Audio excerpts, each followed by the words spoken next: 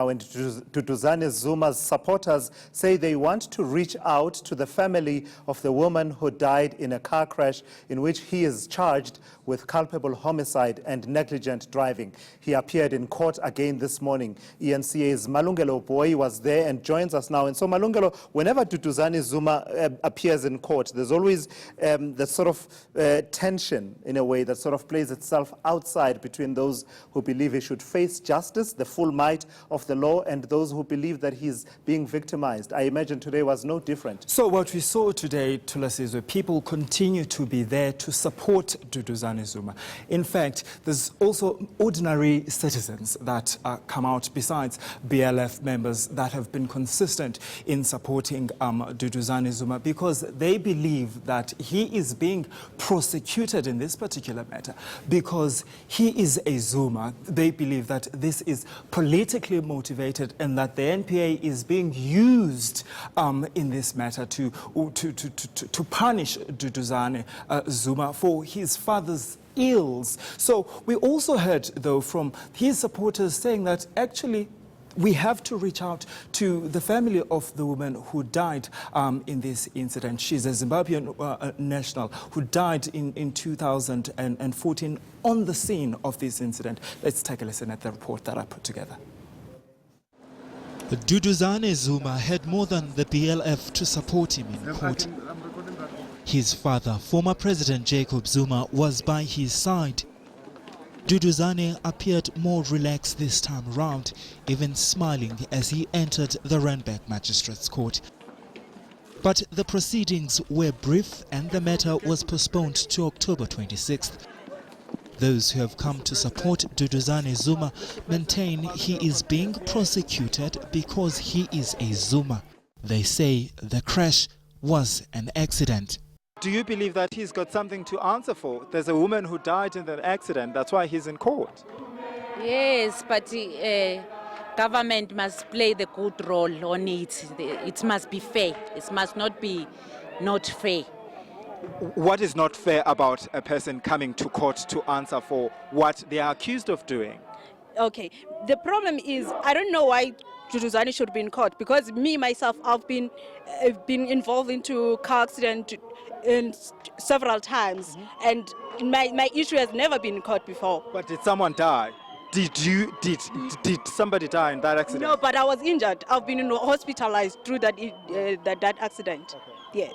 So that's the reason why you're saying that there's more to this than it meets the eye. Yes, there's more to this. There's political involvement on it.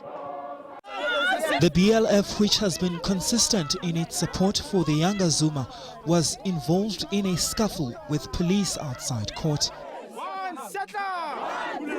The BLF says it wants to reach out to the Dube family.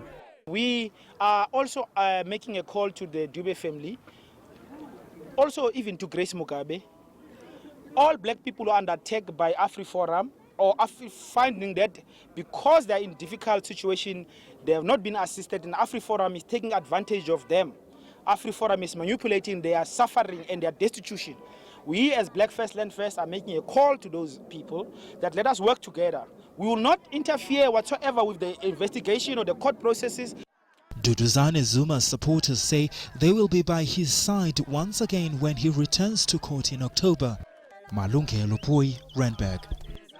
So in terms of imaging and I guess iconography, Malungelo, there's so much that's there, so much of a story there. Sure. Between seeing former President Jacob Zuma in court, this time not as an accused person, but there to support his son. And there's a particular picture when they were inside court, sitting next to each other in the benches there, which I found quite powerful. But what's the demeanor like outside when they emerge from court? Does Duduzane Zuma acknowledge the crowds? Does he address them like his father does whenever he appears in court? Interestingly enough, he does not, greet them or address them in any way. The only time I saw him interacting with people, he was interacting with a person that seems to be a lawyer and a guard. But also, Thulasizwe, outside the court, you could see a BLF supporter singing "One Settler, One Bullet." That's some of the rhetoric that's been coming out strongly from the BLF, who are supporting Duduzane Zuma, because they believe that the AfriForum that has actually resuscitated this case they're racist. That's actually what they're saying. They're saying that the AfriForum is trying to divide blacks. They're actually saying that this organization is promoting black-on-black violence, and that should not be allowed. Previously, we saw, clashes between BLF supporters and the leadership of AfriForum, but also we saw on one instance where there sort of was an attempt to block journalists from interviewing certain people. Did we see any of that today? We saw